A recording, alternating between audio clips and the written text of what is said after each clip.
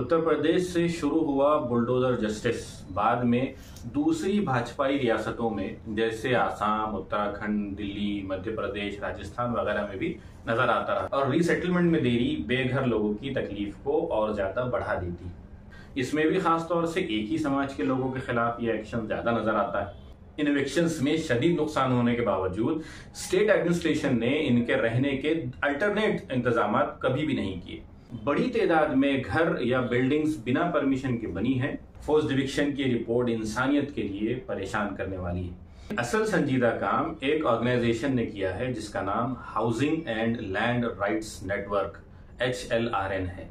इस रिपोर्ट से पता चलता है कि हुकूमत के इस तरह के एक्शंस की वजह से आखिर कितने लोग अपने घरों से बेघर हुए।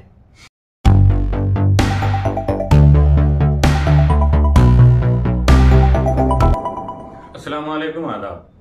आखिरकार सुप्रीम कोर्ट में बुलडोजर के नाम पर जस्टिस को रोक लगा दी गई। देर लगी लेकिन वक्ती तौर पर राहत तो मिली। पहले सुप्रीम कोर्ट ने नाराजगी जताई और फिर अगली गाइडलाइंस आने तक ऐसी किसी भी एक्शन पर रोक लगा दी। जस्टिस के नाम पर हमारे इस देश में उत्तर प्रदेश से शुरू हुआ बुलडोजर जस्टिस बाद में दूसरी भाजपाई रियासतों में जैसे आसाम, उत्तराखंड, दिल्ली, मध्य प्रदेश, राजस्थान वगैरह में भी नजर आता रहा। दिल्ली में इसलिए कह रहा हूं कि पुलिस वगैरह जो है वो बीजेपी के अंडर में आती थी। इसमें भी खासतौर से एक ही समाज के लोगों के खिलाफ ये एक्शन ज्यादा नजर आता है।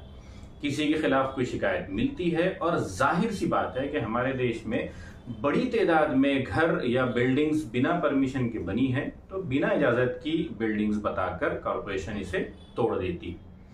आज भी लेकिन सीरियस काम करने वाले लोग काफी मौजूद हैं। ऐसा काम जो भले ही लोगों की नजर में ज्यादा ना आता हो, लेकिन लोग अपना काम करते रहते हैं। हम फिलहाल कोर्ट की नहीं बल्कि एक रिपोर्ट की बात कर रहे हैं।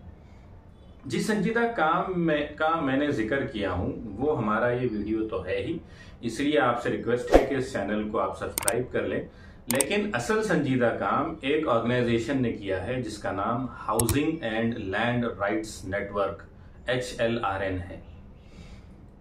HLRN ने भारत में, हमारे इस देश में फोर्स्ड एविक्शन 2022 और 2023 का सर्वे के हिसाब से अपनी ताज़ा तरीन रिपोर्ट का इजरा किया है। इसके साथ ही उसने बताया है कि हमारे देश में घरों को तोड़कर लोगों को जबरदस्ती बेघर करने के एक्शन ने खतरे की घंटी बजा दी। एक तरफ हमारी सरकार घरकुल योजना, सबको अपना घर के नाम पर बड़ी स्कीम चलाती है, दूसरी तरफ उसी सरकार के हिस्से जिन्होंने खुद से घर बना लिए हैं, भले ही घर बनाने की इजाजत न ली हो लेकिन किसी सरकारी जमीन पर नहीं बल्कि अपनी खुद की जमीन पर बनाई है, इसे तोड़ दे रहे हैं। इस रिपोर्ट से पता चलता है कि हुकूमत के इस तरह के एक्शंस की वजह से आखिर कितने लोग अपने घरों से बेघर हुए। HLRN जो ऑर्गेनाइजेशन है उसकी रिपोर्ट के मुताबिक पिछले 7 सालों का अगर हम डेटा देखें तो पिछले 7 सालों में 1.68 मिलियन से ज्यादा लोगों को पूरे मुल्क में जबरदस्ती अपने घरों से बेदखल किया गया है। खासतौर पर पिछले 2 सालों में ये तादाद काफी बड़ी है। 1 जनवरी 2022 से 31 दिसंबर 2023 तक तकरीबन 7.5 लाख लोग स्टेट की तरफ से डिमोलिशन की कार्रवाई के नतीजों में अपने घरों से महरूम हुए। इन इवेक्शंस का सिलसिला और रफ्तार 2023 में बेमिसाल सतह तक पहुंच गई। मुल्क भर में 5,15,000 से ज्यादा लोगों को बेदखल किया गया और 10,07,000 से ज्यादा बिल्डिंग्स गिराई गई।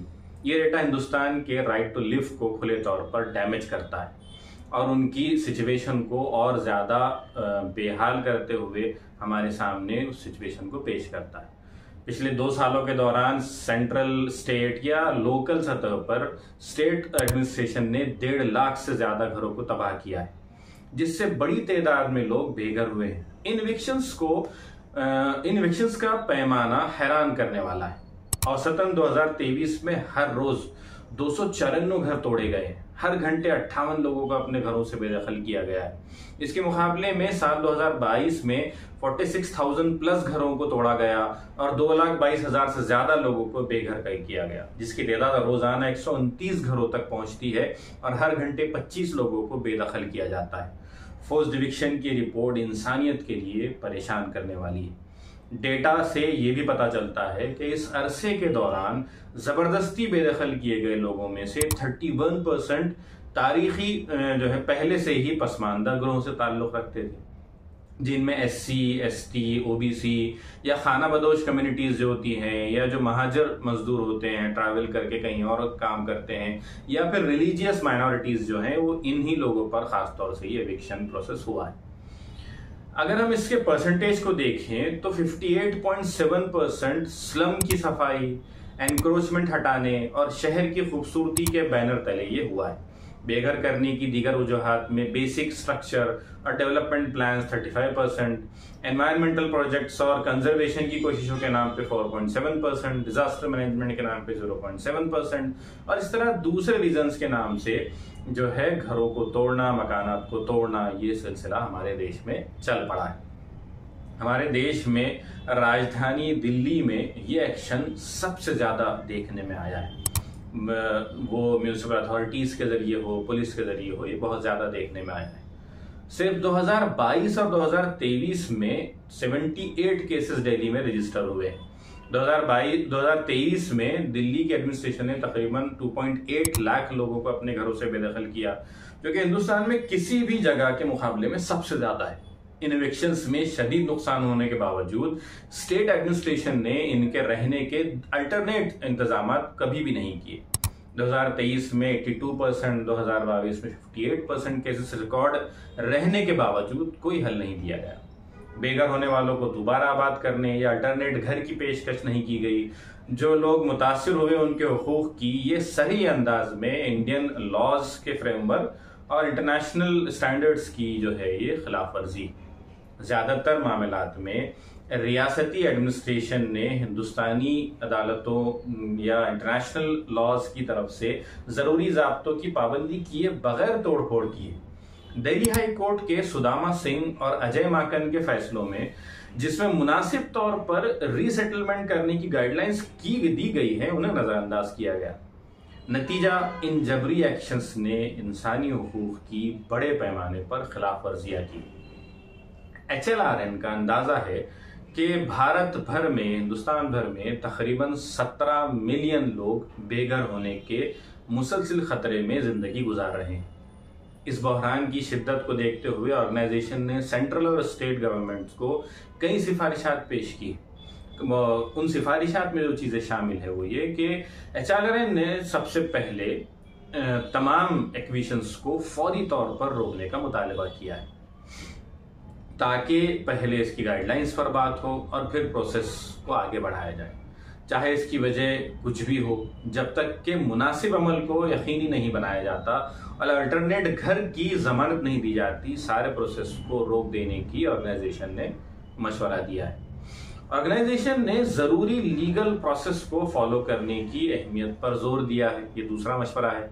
फिर चाहे वो किसी भी किस्म का एविक्शन, ट्रांसफर या रीडेवलपमेंट प्रोजेक्ट्स शुरू करने से पहले अफेक्टेड कम्युनिटीज की फ्री टाइम से पहले और लोगों को कॉन्फिडेंस में लेकर किए जाने की बात की। ये सजेस्ट करता है कि स्टेट एजेंसियां दिल्ली हाई कोर्ट के तारीखी फैसलों और यूनाइटेड नेशन की गाइडलाइंस को सामने रखते हुए सिस्टम तैयार करें। HLRN जो है एडमिनिस्ट्रेशन की तरफ से कमजोर कम्युनिटीज के खिलाफ लीगल एक्शन के नाम पर तोड़फोड़ के गलत इस्तेमाल के खिलाफ उसने जो है सरकारों को, ह्यूमन राइट्स को खबरदार किया है। रिहेबिलिटेशन और अल्टरनेट घर जो है प्रोवाइड करना, ये एक बात कही गई है, ताकि तमाम बेघर खानदानों को फौरी रीसेटल किया जाए, उन्हें अल्टरनेट घर दिया जाए। खासतौर पर वो लोग जो बरसों से रीसेटलमेंट का इंतजार कर रहे हैं। Justice delayed is justice denied बहुत मशहूर हमने सुना है, और रीसेटलमेंट में देरी बेघर लोगों की तकलीफ को और ज्यादा बढ़ा देती। इसके अलावा फिर जो इनफॉर्मल बस्तियां हैं उनको परमिशन देने की बात की गई है। रिपोर्ट में बहुत साफ सिफारिश की गई है कि बिना इजाजत वाली बस्तियों को जायज हाउसिंग क्लस्टर के तौर पर तस्लीम किया जाए। इससे ये बात भी सोचने की है कि एक तरफ सरकारें अगर घरकुल योजना के नाम पर हर एक का अपना घर देने के नाम पर सरकारी फंड से पैसा लगाकर घर देने की बात करती है, और दूसरी तरफ अपनी ही जमीन पर अपने खर्चे से लोग अगर घर बनाते हैं, भले ही उसकी इजाजत ना ली गई हो, तो फिर उसे सिंपल परमिशन देकर हर एक का अपना घर तो हो जाएगा, उसे तोड़ देने से फिर आप राजनीति करते हैं और उसके फिर नतीजे इस रिपोर्ट में सामने हैं। आखिर में HLRN ने हुकूमत से मुतालबा किया है कि वो शहरों और विलेजेस में बसने वाले लोगों को इनके घर मिलने के हक की जमानत दे, उसकी हिफाजत की जाए। HLRN की रिपोर्ट भारत में जबरदस्ती एविक्शन की तल हकीकत और जो डिप्राइव्ड कम्युनिटीज हैं उनके तबाह करने वाले जो असरात है उसको बेनकाब करती है।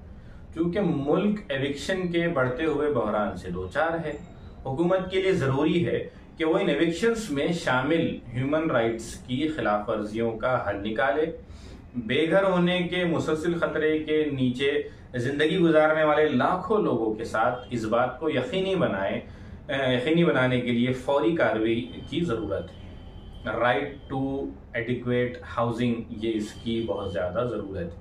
बहरहाल बहुत सारे लाखों घर टूटने के बाद जब कुछ लोग सुप्रीम कोर्ट पहुंचे, जिसमें जैसे APCR भी शामिल है, तो फिर सुप्रीम कोर्ट ने पहले नाराजगी जताई जिस तरह हमने शुरू में कहा था, और फिर अक्टूबर की एक डेट तक पूरे देश में कहीं भी बुलडोजर जस्टिस के नाम पर तोड़े जा रहे घरों की कार्रवाइयों पर रोक लगा दी, और उस पर अब सुप्रीम कोर्ट कोई गाइडलाइंस इशू करेगा।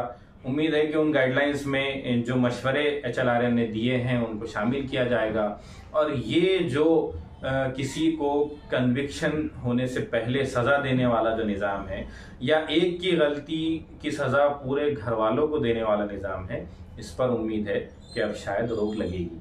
तो ये एक सीरियस रिपोर्ट थी जो हमने अपने चैनल के जरिए आपके सामने पेश की। उम्मीद है कि ये पसंद आई होगी आपको। इसी तरह हम और भी चीज़ें आपके सामने लाते रहेंगे। आपसे फिर एक मरतबा दरख्वास्त है कि हमारे चैनल को आप सब्सक्राइब करें, वीडियो को लाइक करें और इसको दूसरों तक पहुंचाएं, इसको शेयर करें। फिर आपसे मुलाकात होगी। खुदा हाफिज़।